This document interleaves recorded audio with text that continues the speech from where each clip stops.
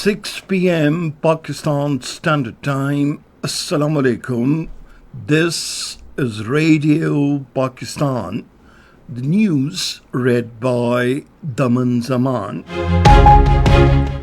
The headlines. The Prime Minister has arrived in Dushanbe on a two-day visit to Tajikistan. Shahbaz Sharif will highlight the impacts of climate change on Pakistan at the International Conference on Glaciers Preservation in Dushanbe. The Deputy Prime Minister is in Hong Kong for the signing ceremony of the International Organization for Mediation. Pakistan and the Asian Development Bank have agreed to formulate a comprehensive, mutually aligned climate change strategy. China has expressed its readiness to continue playing a constructive role in achieving a comprehensive ceasefire between Pakistan and India. The Israeli government has approved 22 new Jewish settlements in the occupied West Bank. And now the news in detail. The Prime Minister Mohammad Shahbaz Sharif has arrived in Dushanbe on a two-day visit to Tajikistan. At Dushanbe Airport, the Prime Minister was accorded a warm welcome and was received by the Tajik Prime Minister Khokar Rasulzada, Deputy Foreign Minister Sharifzada Farrukh Hamidin, Tajik Ambassador to Pakistan Yusuf Sharifzada, and Pakistan's Ambassador to Tajikistan Mohammad Saeed Sarwar. The Minister for Information and Broadcasting Ataullah Tarar and the Special Assistant Sayyid Tariq Fatmi are also accompanying the Prime Minister.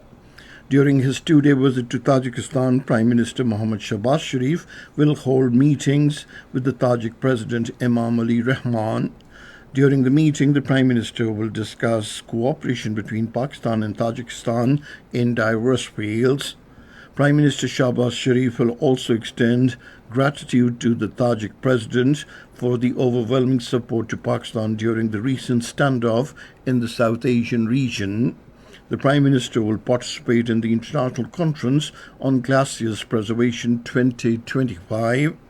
The Prime Minister will apprise the participants about the impacts of climate change on Pakistan and Pakistan's unwavering commitment for prevention from climate change and preserving the glaciers.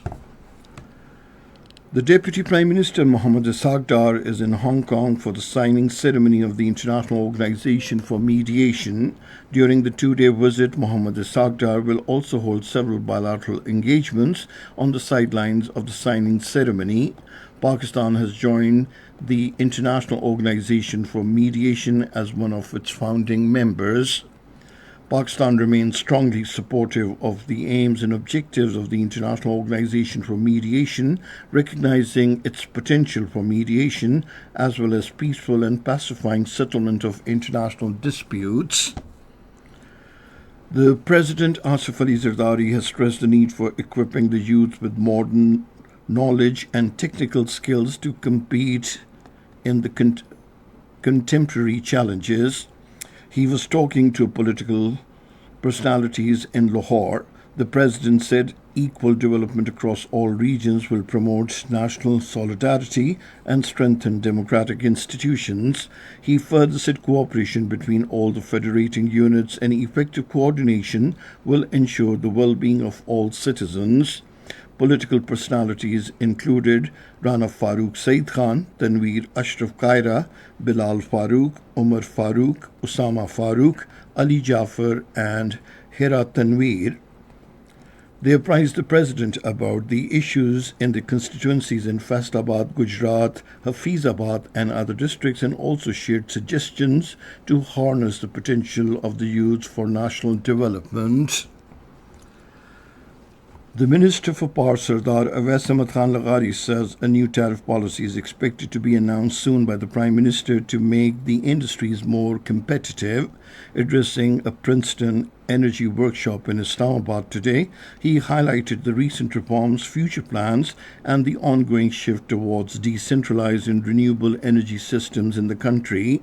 Sardar Awais Ahmad Khan Laghari said the government is making all-out efforts to provide relief to consumers, and it has implemented significant reforms in the power sector over the past year. He said industrial electricity tariffs have been reduced by 3%, providing relief to businesses. The minister pointed out that the shift away from traditional grid power has contributed to a drop in the national electricity demand over the past 3 years. This is Radio Pakistan giving you the news. Pakistan and the Asian Development Bank have agreed to formulate a comprehensive, mutually aligned climate change strategy with a specific focus on carbon credit mobilization. A consensus to this effect was reached during a meeting between the Minister for Climate Change, Dr. Musaddiq Malik, and a delegation of the Asian Development Bank led by Senior Director of Climate Change and Sustainable Development, Toru Kobu, in Islamabad today. The meeting decided to explore collaborative opportunities in carbon markets and forge the path for a new climate strategy grounded in economic and environmental synergy. Speaking on the occasion, Dr. Musaddiq Malik assured Asian Development Bank of full cooperation in the formulation of the strategy, emphasizing that it must remain impact-driven, transparent, and result-oriented. Pakistan and France have reaffirmed the commitment to further strengthen their bilateral economic cooperation and take forward the shared goals of climate and sustainable development. An understanding was reached during a meeting between the Ambassador of France to Pakistan, Nicholas Yaley, and the Minister for Economic Affairs, Ahad Chima, in Islamabad today. The minister appreciated the continued support of the French government through agency and noted that France has been a valuable development partner in energy, urban development, municipal services, and technological advancements. In the Indian illegally occupied Jammu and Kashmir, the Indian troops are continuing their coordinated search operations to instill fear among the Kashmiri people. According to Kashmir Media Service, the arrests and crackdowns are part of India's wicked agenda. On the other hand, Delhi High Court has reserved its verdict on the bail plea of senior APHC leader Shabbir Ahmed Shah, languishing in New Delhi's Tihar jail since 2017 in a fake case. His counsel argued that no evidence links to him to any criminal act and highlighted his prolonged detention without conviction.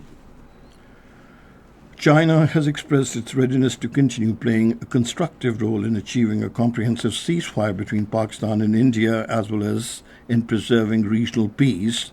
This was stated by the spokesperson for China's Ministry of National Defense, Zhang Xiaoshang, during a regular media briefing in Beijing today. He emphasized that Pakistan and India are neighboring countries that cannot distance themselves from each other. The spokesperson called on both the parties to maintain calm and restraint and avoid actions that can further complicate the situation. The Israeli forces in their relentless strikes martyred 55 more Palestinians in the besieged Gaza today. According to Gaza's health ministry, 23 Palestinian refugees were martyred in a series of intense strikes on the Bureij refugee camp in central Gaza. The martyrdom toll of Palestinians in Israel's aggression on Gaza since October 2023 has now risen to 54,249. The Israeli government has approved 22 new Jewish settlements in the occupied West Bank. Israeli media cited the defense ministry as saying that among the new Jewish settlements, the existing outposts will also be legalized and new settlements will be built. Around 700,000 Israeli settlers live among 2.7 million Palestinians in the West Bank and East Jerusalem, territories Israel captured in the 1967 war. Cricket. The second T20 international of the three-match series between Pakistan and Bangladesh will be played in Lahore tomorrow. The match will start at 8 p.m. Pakistan lead the series 1-0. And finally, the weather report. Mainly hot and dry weather is expected in most parts of the country, while very hot conditions are likely in the plain areas during the next 12 hours. However, partly cloudy weather with dust storm rain. Thunder showers is likely in Islamabad, Potokar region, Upper Punjab, Upper Khyber Pakhtunkhwa, Kashmir, and Gilgit-Baltistan. Isolated heavy falls and hailstorm are also expected in the Potokar region, Upper Khyber Pakhtunkhwa, and Kashmir during the period. And that is the end of this news bulletin. For more news and analyses, log on to our website, radio.gov.pk, and you can also watch the live video streaming of our bulletins on the link facebook.com/Radio Pakistan News Official.